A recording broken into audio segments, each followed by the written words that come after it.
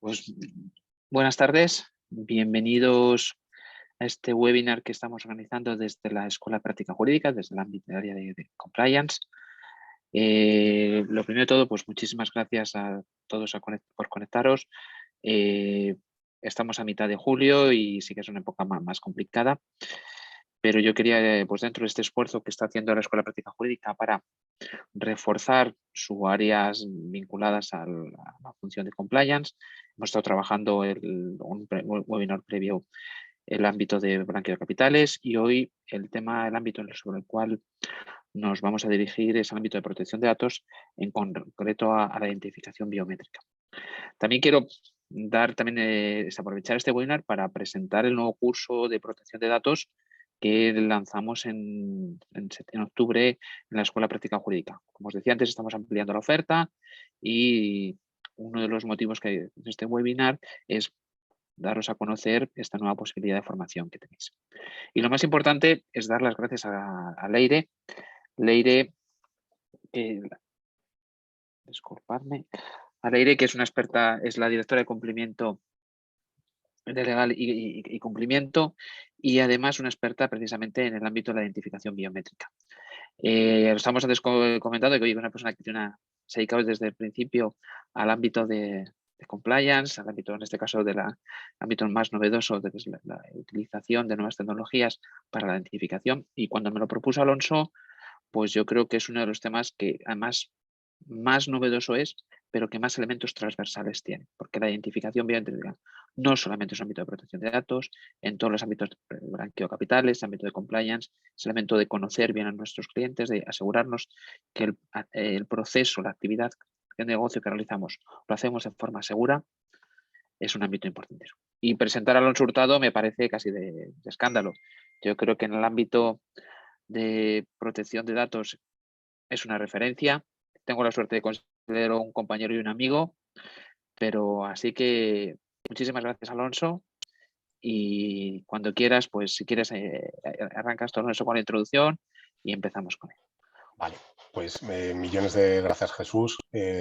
Igualmente, un placer tenerte no solo como compañero, sino como amigo. Mil gracias a Leire, que la ha atracado literalmente.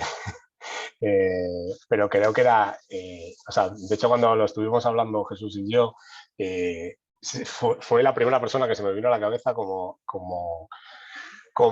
participante, digamos, en el webinar. Primero porque bueno, la he visto en acción ya en varias ocasiones. Es una persona que no solamente tiene un conocimiento jurídico, sino que su conocimiento técnico de sistemas de identificación y particularmente de sistemas de biometría, no solamente biometría facial, sino también biometría de voz y otros sistemas de identificación biométrica, pues obviamente por trabajar donde trabaja y pasarse muchas horas al día rodeado de grandísimos técnicos especializados en sistemas de identificación y biometría, y probablemente por estar hay que decirlo, ¿por qué no? Porque es una realidad como un templo pública. Estar en una de las compañías, la única compañía, si no me equivoco, la única compañía europea que está dentro del NIST, homologada por el NIST norteamericano. Es un sistema biométrico, sistema de identificación biométrica validado por el NIST. Esto luego Leire lo matizas tú con más detalle, ¿vale? Pero al final estáis ahí codeándoos con los que son los países habituales, tradicionales de sistemas de seguridad, como puede ser Israel, como puede ser Estados Unidos, como puede ser países de este tipo, que siempre los vemos como la cuna, no sé cómo llamarlo, como los promotores de los principales sistemas de identificación y de seguridad. Pues también tenemos unos españoles que llevan la bandera y probablemente una de las tecnologías más punteras y más eficaces y por tanto también más seguras y por tanto también, además de todo eso, que no tendría por qué ser así, pero lo es, digamos, con mayores estándares, vamos a llamarlos, de cumplimiento normativo que tenemos operando, y es una compañía de aquí, de España. Y bueno, eso creo que todo ese conjunto de elementos creo que fue lo que hizo que se me pasase por la cabeza primero Leire y se lo propuse y me dijo, pues adelante, cuenta conmigo. La idea de hoy es básicamente más que una presentación de cada uno de nosotros, es más una una breve presentación introductoria, ¿vale? Y que podamos aportar cada uno de los tres que estamos aquí, contando contigo también, Jesús, con la visión digamos, más desde una visión más de cumplimiento normativo, de compliance y relacionada con el sector financiero, y también con prevención de blanqueo de capitales, entre otros cumplimientos de normativa, queremos una triple visión. Una visión, vamos a llamarlo de negocio, es decir, del problema que tenéis entidades financieras y otras entidades en relación a los procesos de identificación, los procesos de alta de nuevos clientes, por ejemplo, saber quiénes son y saber poder dar cumplimiento a esos procesos de diligencia de vida que la normativa nos exige. Dos, una visión de técnica, si lo queréis llamar así, realmente es técnico-jurídica, que sería la que aportaría Leire, que es una visión en la cual nos va a explicar, entre otras cosas, nos trasladará, oye, mira, la biometría no es lo que todos tenemos en la cabeza de cómo era hace unos años. La biometría hoy día es esto, ¿vale? Y funciona de esta forma y tiene estos parabienes y estas limitaciones y estas garantías, cosas que antes en muchas ocasiones no existían, ¿vale? No existían porque técnicamente no podían existir, ¿vale? Y yo que daré una visión, pues como digo siempre, por mi posición suelo estar siempre en el otro lado. Estoy asociado, o estoy asesorando a fabricantes de tecnología o estoy asesorando a clientes como VS, pues estoy asesorándoles en procesos de implantación de estos sistemas o en peores plazas, como suele ser, que a lo mejor estoy asesorándoles en procesos sancionadores, no es el caso de OBS, ¿vale? Pero los estoy asesorando ya más como abogado, menos como compliance y más como abogado en procesos sancionadores en materia de protección de datos o en materia de PVC o en otro tipo de procedimientos sancionadores, ¿no? Entonces yo creo que es una visión bastante completa, bastante integral, digamos, de una realidad que tenemos hoy día, que el mercado demanda y, si me apuráis, que en algunos reguladores también están demandando y lo están incluyendo ya en normativas. Es cierto que normativas específicas y no de carácter general, pero que comienzan ya a introducirlo en normativas específicas, precisamente porque se dan cuenta que son sistemas con un altísimo nivel de eficacia. Ojo, cuando digo un altísimo nivel de eficacia no estoy diciendo que sean infranqueables, ¿vale? Estoy diciendo que tienen un alto nivel de confiabilidad, vamos a llamarlo. Pero obviamente eso hace que se reduzcan muchísimo los riesgos por los que después, en definitiva, en muchas ocasiones, no digo en todos los procesos, pero en algunos procesos acaban siendo beneficiados no solamente una entidad como puede ser VS, sino que acaba siendo beneficiada a la sociedad en general, ¿vale? Porque limitamos la posibilidad de que pueda haber blanqueo de capital, limitamos la posibilidad de que pueda haber financiación de terrorismo, de grupos terroristas, bueno, en definitiva, para hacernos más cumplidores y además más seguros, que creo que es algo que nunca deberíamos olvidar, y menos todavía en los tiempos que corren. Si os parece, Leire, empezamos por ti, hacemos una breve intro y luego abrimos un turno, luego ya Jesús, luego entro yo y abrimos un pequeño turno, si queréis, de preguntas, que seguramente algunas se derivarán directamente de lo que vayamos. Cuanto más hable Leire, mejor, que es la que sabe. Bueno, lo primero de todo, muchísimas gracias por las presentaciones y por contar conmigo, con Veridas, para este webinar. En Veridas llevamos trabajando muchos años con tema de verificación, de identificación biométrica, al final proporcionando soluciones que nos permiten realizar en un entorno digital, pero también llevándolo al físico, lo que llevamos desde el inicio de la humanidad haciendo de forma tácita, ¿no? El cómo me reconoce a mí mi madre, cómo me reconoce a mí el portero de mi edificio. Pues básicamente por quién yo soy, por mi cara, por mi voz. Cuando yo llamo por teléfono, me reconocen los que ya me conocían previamente. Pues en eso consiste la biometría y a eso es a lo que nos dedicamos tanto desde Veridas como desde Dashgate, en dar soluciones de verificación real, de identidad real en el entorno físico y digital. Antes de entrar, matizando lo que mencionaba Alonso, sí que en Veridas sometemos nuestros sistemas al National Institute of Standards and Technology del Departamento de Comercio de los Estados Unidos, que a día de hoy es el estándar internacional, el estándar evaluador a nivel internacional en sistemas biométricos como lo lleva siendo en muchas otras áreas. Y sí que somos en Veridas la única compañía a nivel mundial que tiene sometidos los sistemas de biometría de voz y biometría facial tanto en 1 a 1 como 1 a n, ¿vale? Luego entramos un poco a esta distinción. Hay muchos sistemas a nivel mundial también que se someten al NIS, también en España, en Europa, pero Veridas sí que es la única que está evaluada en estas 3 categorías y además con unos resultados en el top, ¿no? Por ejemplo, a nivel de voz, el motor biométrico de voz es el segundo a nivel mundial en precisión. Pero bueno, eso matizando un poco lo que comentaba antes Alonso, si os parece voy a compartir pantalla porque a mí me gustaría hoy comentaros principalmente dos cuestiones, ¿no? A ver, estáis viendo ya mi pantalla, ¿verdad? Perfecto. Sí que sé. Vale, genial. Básicamente 2 cuestiones. En primer lugar, cómo funciona la tecnología biométrica, ¿vale? Cómo funciona realmente e intentar desmontar algunos mitos que habitualmente existen en relación a estos sistemas. Y por otro lado, ¿para qué se puede utilizar la tecnología? Porque la tecnología es una y es neutra. Otra cosa es para qué la utilicemos, en qué casos de uso la implantemos. Que al final la regulación de estos sistemas tiene que estar enfocada en esos casos de uso, no en la tecnología en general. Pero sí que la tecnología tiene algunas características por defecto que a nivel de protección de datos son muy importantes de conocer. Entonces, empiezo por lo antiguo, ¿vale?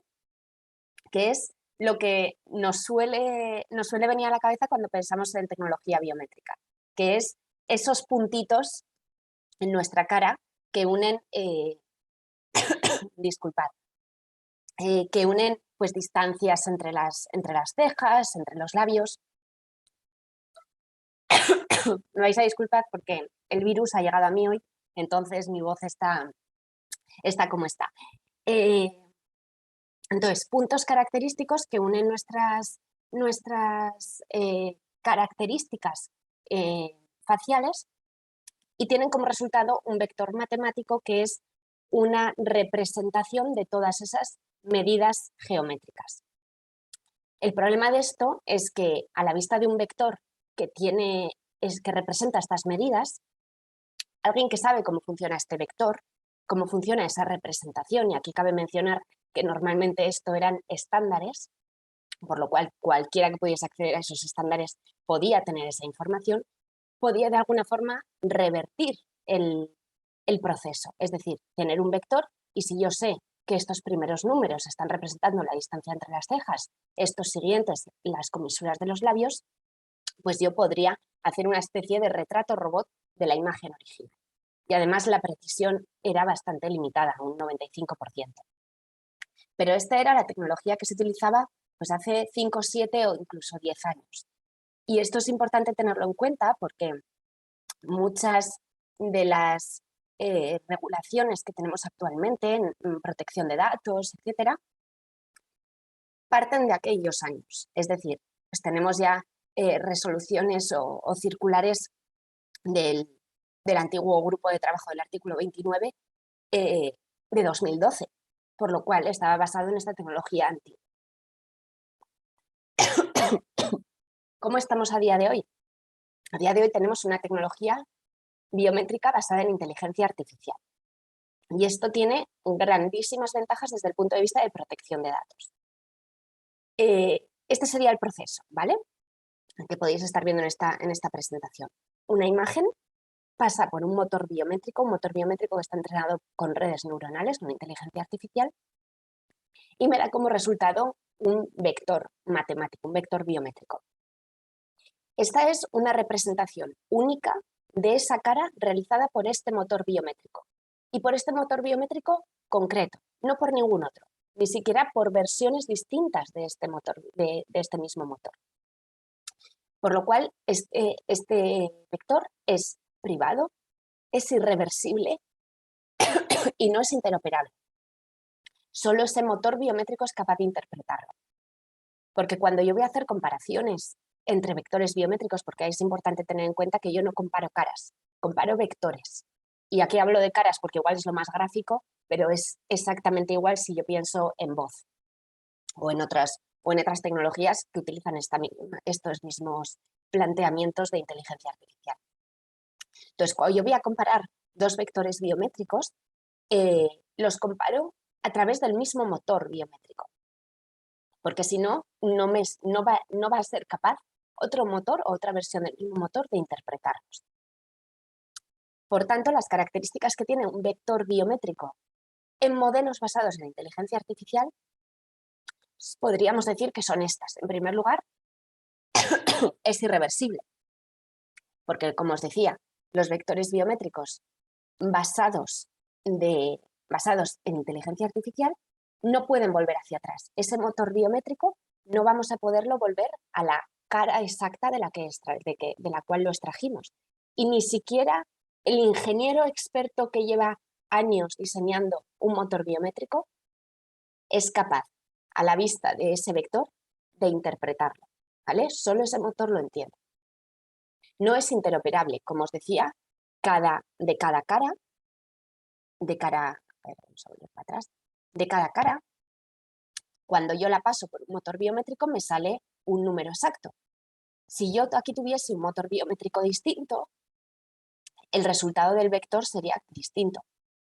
Entonces tampoco voy a poder utilizar distintos motores para comparar. Esto, que desde el punto de vista tecnológico puede ser un problema, desde el punto de vista de la protección de datos es una garantía, porque no un caso de uso, una implementación que utiliza un motor biométrico de Veridas no va a poder usar los mismos vectores con cualquier otro motor de otra empresa. Eso, aparte del resto de medidas de seguridad que se aplican para que ni siquiera dentro de la misma tecnología, entre distintos clientes, por ejemplo, distintos bancos que utilizan la tecnología de Veridas, puedan intercambiarse vectores, ¿vale? Pero eso estamos hablando de medidas de seguridad adicionales. Por eso mismo que venimos comentando, los vectores son regenerables. Disculpad. Esto es una cosa que suele existir, lo que nosotros llamamos un mito, que es, se suele decir que cuando yo tengo una contraseña, si se ve comprometida, yo la regenero y ya está. Pero el miedo existe, ¿qué pasa cuando yo estoy utilizando biometría en vez de una contraseña? Y hay quien dice, ¿qué pasa? ¿Me hago cirugía estética? Pues no, ¿vale? No tiene nada que ver con eso. Mi cara es la misma siempre, con los cambios propios de la edad, del paso del tiempo, del contexto, del pelo, de barbas, etc. Pero los vectores son lo que cambian, ¿sí? Mi cara es la misma, pero los vectores que se pueden generar son infinitos porque dependen de cada versión de cada motor biométrico. Por tanto, ¿qué pasaría si hay un problema con esos vectores? Pues simplemente que se vuelven a regenerar. La cara seguirá siendo la misma, tu cara no se ha visto comprometida y se pueden regenerar. Pero es que además el uso de los vectores, esos vectores tienen un alcance muy limitado. Aquí que decimos que son temporales, porque al final son una representación de mis características biométricas a efectos de comparación. Pero lo que decía, yo a la vista de un vector no puedo saber a quién pertenece, no puedo extraer otras características del sujeto, no puedo inferir emociones, género, etc. Porque solo ese vector va a ser capaz de interpretarlo, ¿sí? Y por tanto, el uso de estos vectores es muy controlado. Tiene unas características que por sí mismas hace que ni siquiera aunque yo tenga acceso a esos vectores, que a día de hoy están considerados datos personales y de ahí no podemos salirnos, ¿no?, de las interpretaciones españolas y europeas en esta materia en protección de datos, pero si yo tengo un vector biométrico como tal, no me sirve para nada. Me servirá cuando yo lo tenga, haga una comparación dentro de la misma versión del motor biométrico que lo creó. Y me servirá para saber si, con un porcentaje más o menos alto, pertenecen a la misma persona que estoy comparando o no, ¿sí? Pero no los riesgos que muchas veces se suelen asociar a la tecnología biométrica no son tales, porque desde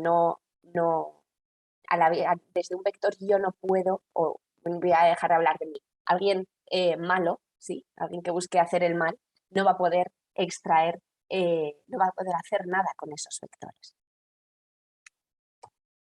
Y teniendo en cuenta estas características que a nivel de protección de datos son importantes de la tecnología biométrica, lo siguiente que tendríamos que hablar es para qué se puede emplear la tecnología biométrica, ¿vale? Como decíamos, la tecnología es neutra y ahora lo que hay que tener en cuenta es para qué lo podemos utilizar.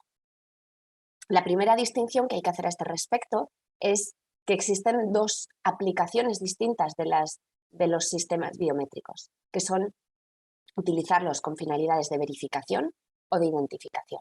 Verificación es lo que habitualmente conocemos como uno a uno y, y lo que me acaba diciendo es si el sujeto es quien dice ser. Por ejemplo, en un proceso de onboarding en banca, de hacerse cliente. Los bancos que utilizan nuestra tecnología o la de otros proveedores, lo que suelen hacer es pedir un documento de identidad en el que se verifica que ese documento es legítimo, que es decir, que no ha sido manipulado, que está vigente, etc. Y se utiliza la fotografía que aparece en ese documento. Y esa fotografía del documento se compara contra una fotografía tipo selfie o en un vídeo que se toma el usuario en el proceso de alta digital. Esa comparación entre algo que ya está registrado, por así decirlo, ¿no? Que sería la que aparece en el documento de identidad, y un selfie que se ha tomado la persona, comparamos un uno a uno y podremos saber si pertenecen a la misma persona y, por tanto, si la persona que está realizando el proceso de alta es la titular del documento que nos está presentando. Y tenemos casos de identificación que normalmente se conoce como 1 a n o 1 a varios, y que al final aquí lo que hacemos es, a la vista de una nueva cara, por ejemplo, que se nos presenta, compararla contra una lista de sujetos previamente registrados, para saber si esa persona pertenece a ese grupo. ¿En qué caso estaríamos aquí? Pues un sistema de accesos. Accesos, por ejemplo, de empleados o, por ejemplo, nuestra tecnología se está utilizando también para el acceso al estadio El Sadar del club Osasuna, en Pamplona, en el que los usuarios que así lo desean se registran y a partir de ese momento pues tienen como un carril fast track para poder acceder rápidamente al estadio sin tener que pararse, ¿no?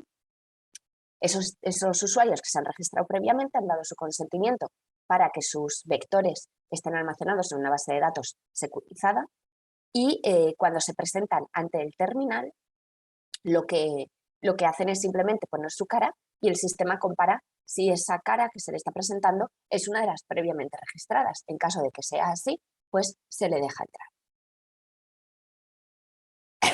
Y aquí tenemos una distinción importante, que es para qué puede utilizar la biometría, ¿vale? Ahora ya, cuando nos ponemos desde el punto de vista de una entidad que va a implantar un sistema de biometría. La biometría se puede utilizar para acreditar la identidad de las personas, es decir, como decíamos al principio, ¿cómo vengo yo autenticándome en mi círculo cercano desde siempre? Pues por quien yo soy. Al final, poder utilizar la identidad real, el quien yo soy, en un entorno digital con un físico automatizado, es un derecho que yo puedo ejercer. Sin embargo, la tecnología también se puede utilizar con fines menos deseados o que deben de estar mucho más regulados, que son cuando se utiliza con fines de monitorización, bien sea pública o privada, que se puede utilizar por fuerzas de seguridad para vigilar quién está pasando por una calle o por ciertas entidades que sin avisarlo o sometiendo a todo un grupo de personas, a toda una población hacia este tratamiento biométrico con unas finalidades que quizás no han sido voluntariamente aceptadas o que no tienen una base legitimadora suficiente. Entonces, aterrizando esto, ¿vale? Y esta tabla está basada en la propuesta de reglamento de inteligencia artificial de la Comisión Europea que se está ahora debatiendo en los organismos europeos. Lo que viene a hacer esta propuesta, es distinguir los distintos casos de uso basados en el riesgo que pueden presentar para los sujetos. Entonces, distingue efectivamente entre verificación e identificación, pero no se queda ahí, sino que plantea que la identificación biométrica, ese 1AN que comentábamos, puede ser usado en casos de acreditación voluntaria de la identidad o puede ser usado en casos en los que el riesgo hacia esa monitorización pueda ser mayor. Entonces, distingo estos 4 supuestos. Fines de verificación o autenticación 1 a 1, en los que el interesado conoce que se está realizando una verificación biométrica, ha sido debidamente informado y existe una base legitimadora adecuada para ese tratamiento. Normalmente va a ser el consentimiento, pero podría ser alguna otra, un interés legítimo o incluso el cumplimiento de obligaciones en derecho laboral, etc. Aquí lo califica como de riesgo bajo o inexistente. Y la columna de riesgo asociado se refiere a la categorización de la propuesta de reglamento de inteligencia artificial, y la columna de datos sensibles se refiere a la categorización que da el Reglamento General de Protección de Datos respecto a los datos biométricos, ¿vale? Entonces, en este primer caso lo categoriza de riesgo bajo o inexistente. Y en el caso de identificación biométrica a secas, ¿qué sería esta identificación biométrica a secas? En las que el interesado conoce que está siendo sometido a esto, ha sido informado y existe una base legitimadora adecuada para este tratamiento. En estos 2 casos estamos en un riesgo bajo o inexistente, en el que, por supuesto, vamos a tener que aplicar medidas de transparencia, ¿no? Al final, esa información no se debe quedar únicamente en decir que sepas que aquí hay un tratamiento biométrico, sino que hay que aportarle toda la información al usuario de una forma clara y transparente, que es lo que ya buscaba el Reglamento General de Protección de Datos, pero aquí se viene a profundizar un poco más y luego realizar pues, todo el resto de medidas de seguridad y demás que ya estamos obligados a hacerlo. Distingue un tercer caso de identificación biométrica remota en tiempo real o diferido, sin que el usuario sepa de antemano quién se le puede estar presentando ahí. Es decir, aquí hay 3 cuestiones. Por un lado tenemos una identificación biométrica 1N, pero nos indica que es remota, a distancia, ¿vale? Esto normalmente está asociado con utilizar sistemas de videovigilancia en los que está integrado un sistema de reconocimiento facial. No sería cuando yo voluntariamente me tengo que posicionar en una distancia corta ante un terminal, ante una cámara que va a capturar mis datos, ¿sí? Si yo me posiciono a menos, por ejemplo, en el sistema de Dashgate, que es el que tenemos implantado nosotros en el estadio Osasuna, que os comentaba antes, o en muchos otros casos de uso, por ejemplo, para gestión de visitas o para el registro de la jornada de los empleados, se requiere que el usuario se ubique a menos de 1 metro de ese terminal, ¿sí? Por lo cual ya requiere esa acción voluntaria del sujeto para poder ser objeto de esta identificación biométrica. Aquí habla de remota a distancia. Y luego en la que no sabemos quién se nos va a presentar ahí. Es decir, que no estamos hablando de un sistema que tenga una base de datos de usuarios registrados en la que hayan sido informados previos al registro.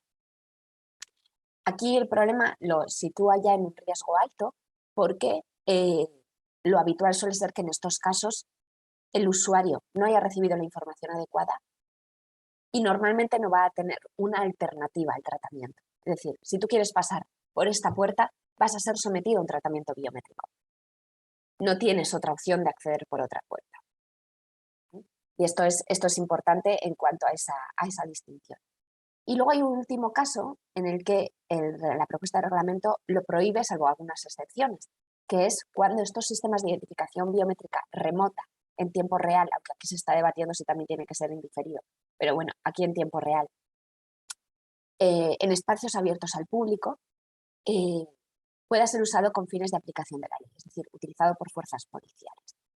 Esto ya ha habido casos, hay casos, el más sonado es en China, en el que los ciudadanos, bueno, hay miles de cámaras en las calles. Hace poco veía un reportaje que sacó, creo que era el New York Times, sobre el control al que son sometidos los usuarios, que casi la biometría es el menor de los problemas, ¿no?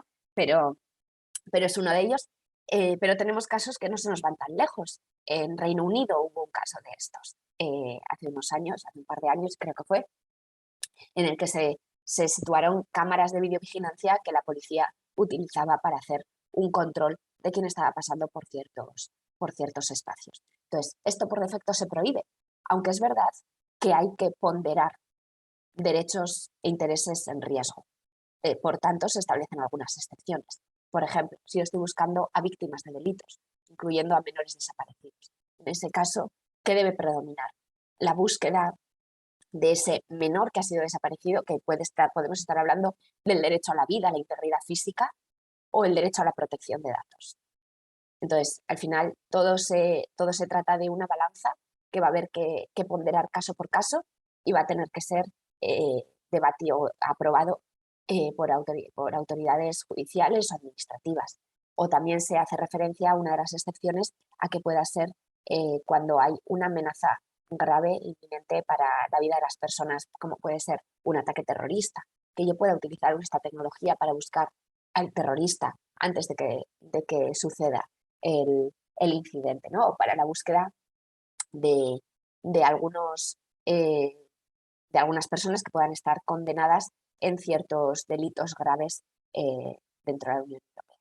Entonces, aquí sí que es verdad que en este último caso estamos hablando de supuestos en los que puede afectarse no solo el derecho a la protección de datos, sino que según donde se utilice podría llegar a afectarse el derecho a la libre manifestación, porque yo puedo saber quién está en una manifestación de según qué materia, ¿no? De según que estemos defendiendo ahí, y puede que eso tenga luego consecuencias para quienes estén ahí. Entonces, el derecho a la manifestación, a la reunión, puede verse afectado. Y esto al final es una cuestión de valores y de intereses, derechos y libertades que deben ponderarse caso por caso, y por eso se prohíbe por defecto y luego se establecen excepciones. Y por último, quería comentaros en la distinción a la que me refería en la columna anterior cuando pone datos sensibles, ¿vale? Si se categorizan dentro del Reglamento General de Protección de Datos como sensibles o no sensibles. Yendo de más general a más particular, esta sería una interpretación del Reglamento General de Protección de Datos, en el que tenemos los datos personales, dentro de los cuales podemos tener nombres, domicilios, números de DNI, y tenemos también elementos propios de la identidad física. Eso es lo que nos dice la definición de dato personal en el artículo 4. Dentro de esos elementos propios de la identidad física podríamos tener fotos, vídeos, grabaciones de audio, etc. Aquí, siguiendo con lo que decía anteriormente, en los ejemplos es más gráfico verlo con biometría facial, ¿vale? Por eso, sobre todo me refiero a fotos, pero sería igualmente aplicable a otros sistemas. Y luego, dentro del artículo 4, también me da la definición de datos biométricos. Cuando me dice que son datos personales, aquí lo simplificamos en fotos, que están sometidas a un tratamiento técnico específico y que van a permitirme la identificación o la autenticación de las personas físicas. Esto se nos queda dentro de los datos personales. Volviendo a la distinción que hemos hecho antes entre autenticación o verificación 1 a 1 y la identificación 1 a n. Si en el artículo 4.14 y también en el considerando 51, el Reglamento General de Protección de Datos indica que puede haber, que los datos biométricos pueden utilizarse para identificar a las personas o para autenticarlas. Sin embargo, cuando vamos al artículo 9, que es donde realmente se establece cuáles son los datos sensibles, no habla únicamente de datos biométricos, lo cual es curioso porque del resto de datos que considera sensibles no les pone un apellido, Sin embargo, cuando llegamos a los datos biométricos no habla de datos biométricos a secas. Habla de datos biométricos dirigidos a identificar de manera unívoca a una persona. Esta coletilla, este apellido que le pone, ha llevado a interpretar, y la Agencia Española de Protección de Datos así lo ha indicado en más de una resolución, pero el Comité Europeo de Protección de Datos también tiene alguna resolución, que aquí cabe indicar que habría que hacer un paréntesis con una guía que salió el mes pasado sobre uso de reconocimiento facial con fines policiales, pero es verdad que está muy enfocada al uso de datos de datos biométricos con fines policiales, por lo cual volvemos a lo que acabamos de comentar de esos usos excepcionales y hay que verlo con ese prisma, pero bueno, está todavía en consulta pública, por lo cual no conocemos la versión final. Pero la interpretación general que se le viene dando en los últimos años es que solo cuando estemos utilizando datos biométricos con una finalidad de identificación 1N, estaremos en unos datos biométricos sensibles.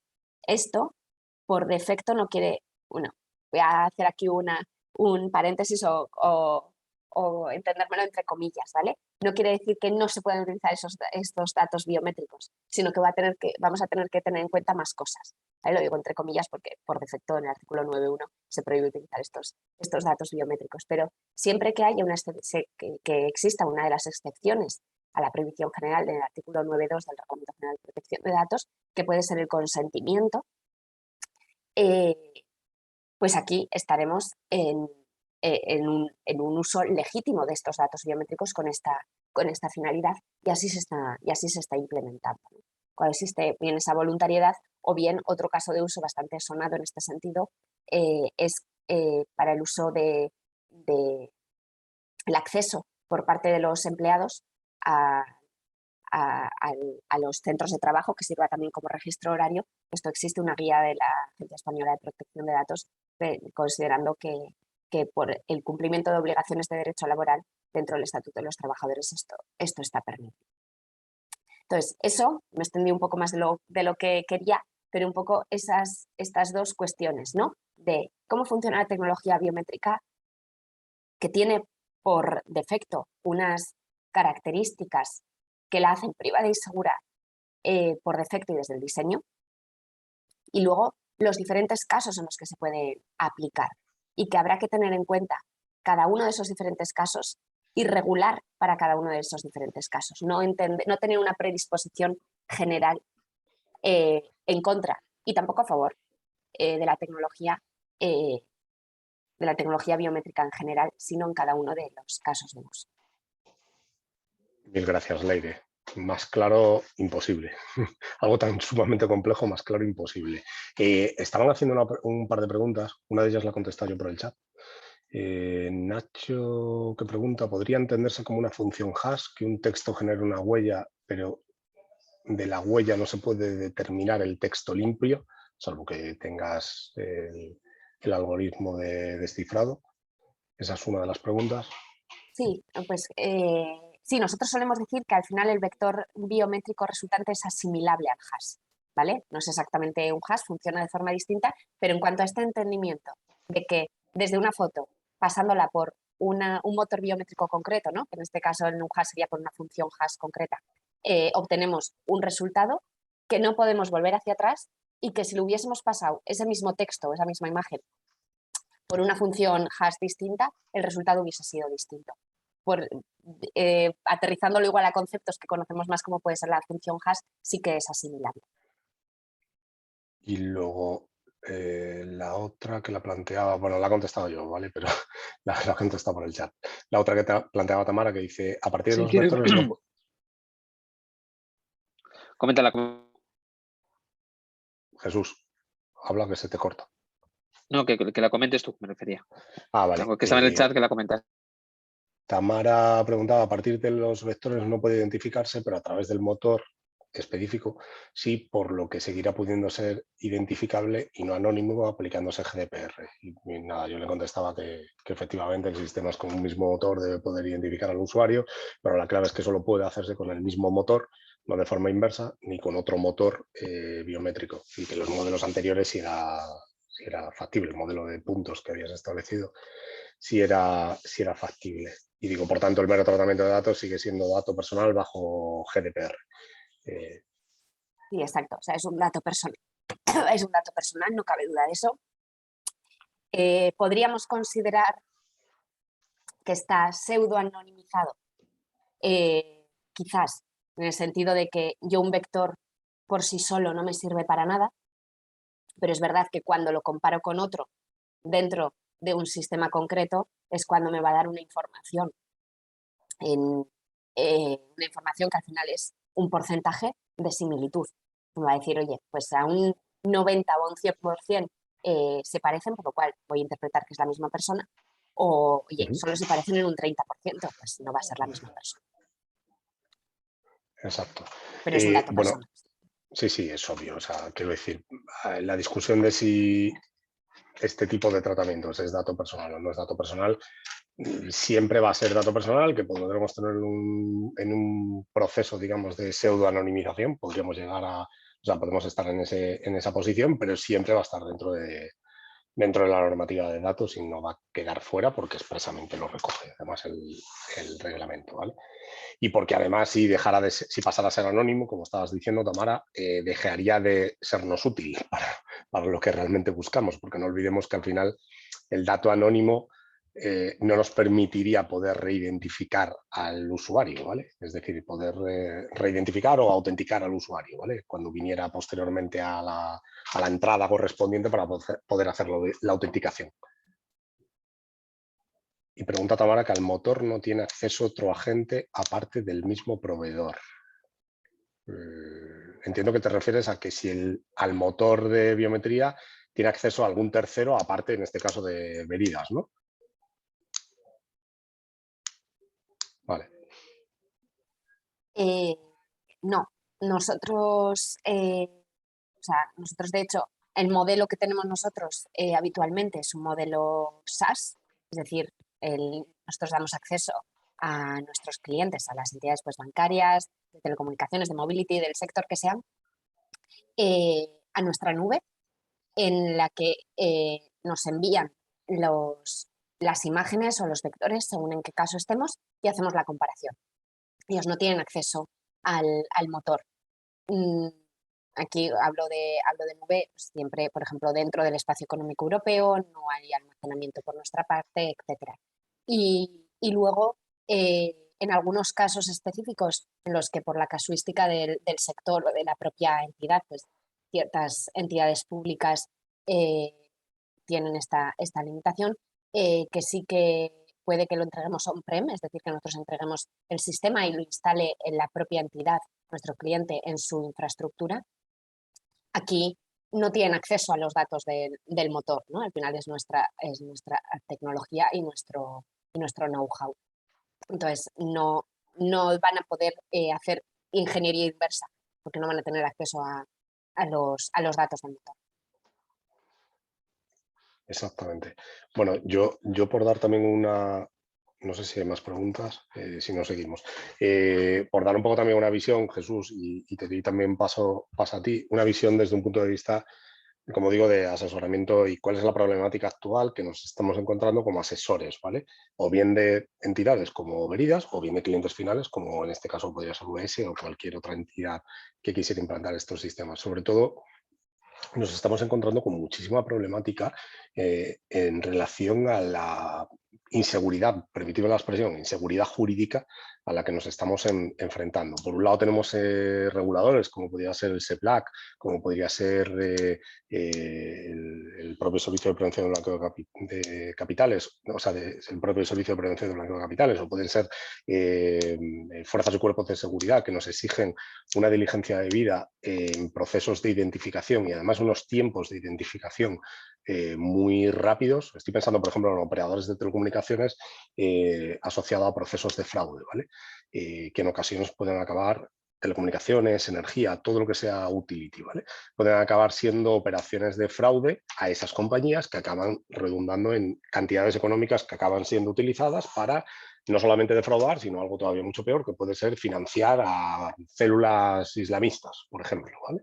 algo que parece un poco lejano, pero que no es tan lejano como parece. Es algo real como la vida misma y cercano. Bueno, sistemas de identificación biométrica nos permiten, de hecho, ser muy eficaces en ese proceso de identificación tanto a los buenos como también a los malos. Los buenos, bien, perfecto, o sea, no hay problema con los buenos, ¿no? En principio no tenemos problema con los buenos, pero identificar a los malos creo que a todos nos interesa, ¿no? Especialmente si son esos que son muy, muy malos. Siempre nos viene bien. Entonces, ¿qué ocurre? Que en la práctica, lo que estamos viendo es que entidades que dan el paso, entidades normalmente tanto fabricantes de tecnologías como especialmente los clientes finales que usan esas tecnologías, deciden dar el paso para implementar tecnologías de este tipo, en muchas ocasiones se está poniendo en tela de juicio, ojo, y no estoy diciendo que siempre esté bien hecho, ¿vale? Los proyectos a veces no se hacen como debieran hacerse y no se cumple con los requisitos como debería cumplirse, pero siempre estamos viendo que hay una posición de los reguladores un tanto, no sé cómo llamarlo, reticente, vamos a llamarlo, por defecto, reticencia por defecto, reticencia by design a la implantación de tecnologías de este tipo. Creo que es un error, que en ocasiones puede venir. No digo que no pueda estar justificado, ¿vale? Precisamente porque son tecnologías de las cuales se ha hecho bastante mal uso en algunos países y estaba poniendo un ejemplo antes, Leire, como es el caso de China, y que la finalidad es otra, es la finalidad de controlar, vamos a llamarlo, en China sí, a toda la ciudadanía del país integral. Te puedes ir a la ciudad, al pueblecito más recóndito de China y hay una cámara colgada de un poste de madera, el cual está identificando en tiempo real a toda la gente que está andando por allí. Obviamente es lo que siempre se dice, un Estado gran hermano, control en tiempo real inmediato de los ciudadanos, etcétera, ¿no? Obviamente eso no está bien en un Estado democrático como al que estamos acostumbrados a vivir desde hace ya unos cuantos de años, pues ese tipo de cosas pues, nos dan bastante pavor, bastante miedo. Pero yo siempre digo que siempre hay un punto medio, una escala de grises, y el problema no está tanto en el uso de en la tecnología, sino en el uso de esa tecnología, en el cómo se utiliza esa tecnología, uno, quién la utiliza y dos, para qué se utiliza, con qué finalidades se utiliza. Y yo creo que hay determinadas finalidades que son absolutamente legítimas, pero ya no digo legítimas porque hagamos una ponderación de una serie de beneficios, vamos a llamarlo, sino porque en cumplimiento de lo que dice determinadas normas, las normativas nos establecen, por ejemplo, prevención de blanqueo de capitales, a que tenemos que aplicar deber de diligencia debida según el estado de la técnica, ¿verdad? En cada momento. Entonces, el estado de la técnica evoluciona, obviamente, no es estático. Y a fecha de hoy, probablemente uno de los sistemas más eficaces que hay para identificar tanto a los buenos como a los malos, especialmente a los malos, son tecnologías de este tipo.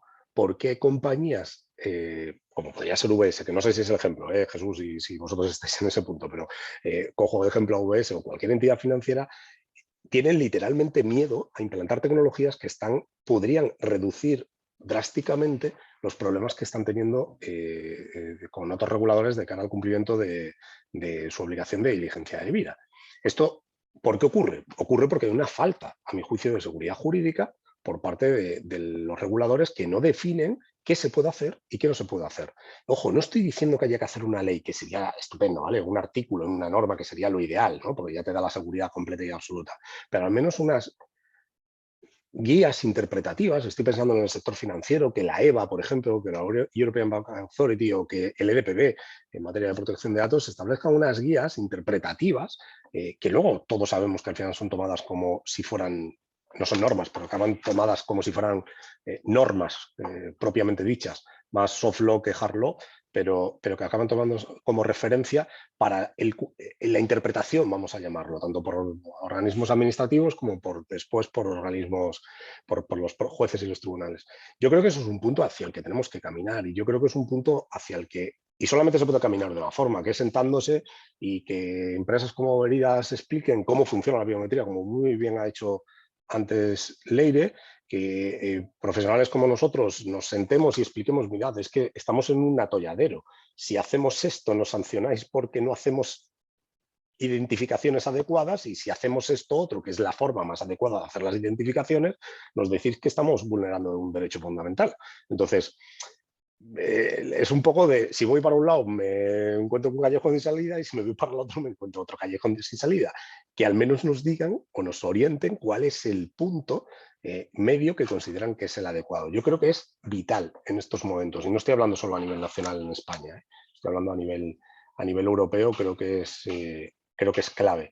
Compañías como UBS o otras entidades financieras muy grandes, o compañías de telecomunicaciones, de energía, están teniendo gravísimos problemas asociados y sanciones muy importantes asociados a los procesos de identificación de sus clientes, tanto para hacer portabilidades como para sus procesos previos cuando no son clientes de la compañía, en las que tecnologías como este tipo nos ayudarían extraordinariamente a poder solventarlo. El problema está que no podemos hacerlo, porque cuando lo intentamos hacer nos dicen que no hay una base legitimadora adecuada para poder hacerlo, y cuando nos utilizamos una base legitimadora adecuada nos dicen que no es proporcional el uso y que hay otros medios igual de eficaces más proporcionales, pero no nos dicen cuáles son. Entonces, el problema que tenemos es que, hombre, tampoco somos tontos. Conocemos bien la tecnología, conocemos bien qué es lo que hay en el mercado a nivel técnico, y la realidad es que no hay nada que sea igual de eficaz que esto. Ahora mismo, no sé mañana.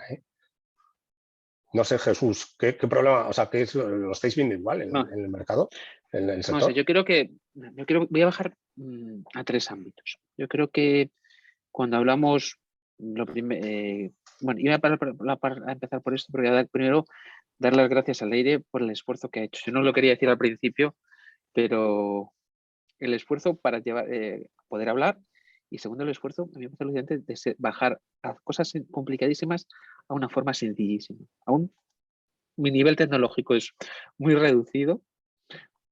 Te he seguido perfectamente y eso me parece increíble. Así que darte la enhorabuena en ese sentido.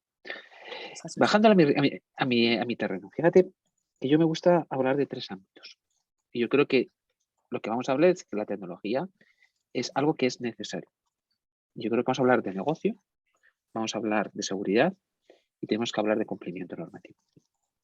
En 3 sentidos. Primero,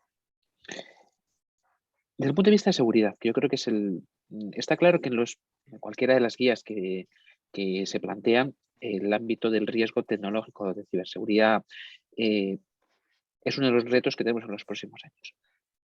Y el abandonar, el no tener en cuenta este tipo de estas tecnologías que lo que hacen es proteger a mi cliente, es ir en contra de la corriente, es decir, como ponerme a navegar en contra del Amazonas. Entonces, desde el punto de vista de que lo que yo quiero como empresa es que mis clientes, que mi empresa sea seguro, el irme a lo mejor es algo que es necesario. Y eso es lo que estamos planteando, porque me parece mucho más fácil con la tecnología que actualmente a día de hoy falsificar un DNI que falsificar un proceso biométrico. Y eso lo tengo clarísimo. Entonces, ir en contra de esa seguridad me parece un error. Segundo punto de vista, el punto de vista de negocio. Es que lo mismo, es decir, los procesos, el cliente demanda una rapidez. Entonces, la tecnología, el proceso de identificación, de asegurarme quién es mi cliente, para realizar una transacción, para los procesos de entrada, necesita una agilidad similar a la que lo está esperando. Si yo no me puedo esperar a que el cliente venga desde San Sebastián de los Reyes a traerme el DNI en mano, eso está pasado. Es decir, el ir en contra de que es tan seguro traerme el DNI en mano, me lo traiga su primo, lo que voy a decir, y me dice que un riesgo muy superior a realizar ese proceso de identificación a través de una técnica biométrica. Con lo cual, desde un punto de vista de negocio, es algo que es necesario. Los clientes demandan una agilidad en los procesos, con esa seguridad previa. Entonces, segundo elemento. Y el tercer elemento, que es lo que me toca a mí, es el de cumplimiento normativo. Entonces, lo planteaba yo el otro día, y es que las obligaciones las tenemos que cumplir. Eso, lo que tenemos es que adaptar, incorporar al cumplimiento de esas obligaciones. Yo lo que no puedo es, la obligación que tengo es muy clara, es identificar a mis clientes, por centrarlo en una de ellas, o identificar quién va a dar una orden de valores. Entonces, la gran dificultad que tenemos, si tú lo planteabas, es que necesitamos una guía, un elemento que me permita utilizar esta tecnología, que es necesaria desde el punto de vista de seguridad, es necesaria desde el punto de vista de negocio, pero también es necesaria desde el punto de vista de cumplir con esa obligación, que yo ante el regulador necesito una seguridad de que esta tecnología me la va a admitir. Porque si el regulador me sigue pidiendo que tenga la copia física del DNI, me estoy haciendo una exageración, lógicamente, pues no me vale esta tecnología. Y eso es una incoherencia. Entonces, voy al último punto, que es un punto filosófico. Y fíjate, cuando hablamos de los cursos, hablamos muchas veces, tú lo decías muy bien, la diferencia entre cumplimiento normativo y compliance. Desde luego, no nos podemos quedar, y esto es un buenísimo ejemplo, en el mero cumplimiento de la ley. Nosotros tenemos los procesos de asegurar que mis clientes los conozco, que no hay riesgo con ellos, que su operativa es correcta, que no hay un riesgo de blanqueo de capitales. Tenemos que buscar normas y los reguladores tienen que buscar la forma de implementar esas normas para que los podamos utilizar. Porque lo contrario, el pensar que podemos ir identificando clientes como hace 10 años o hace cerca de 3 meses es imposible. Entonces, ese paso hay que darlo. No nos podemos quedar en cumplir el TIC de que tengo el DNI. No, tengo que asegurarme que mi cliente le conozco, que mi cliente le identifico en el tiempo correcto y le identifico con la seguridad de que no se va a producir una auténtica manipulación. Y eso es el gran reto. Y le iba a preguntar a Leire, pues al revés, ¿qué interconexión con los reguladores habéis tenido? ¿Qué pasos vosotros desde el punto de vista de tecnología? Que si alguien nos puede aclarar un poquitín, darnos un poco de alegría, sí, de claro. Pues nuestra interacción con los reguladores suele ser precisamente un poco lo que estamos haciendo hoy, el poder explicar, ¿no?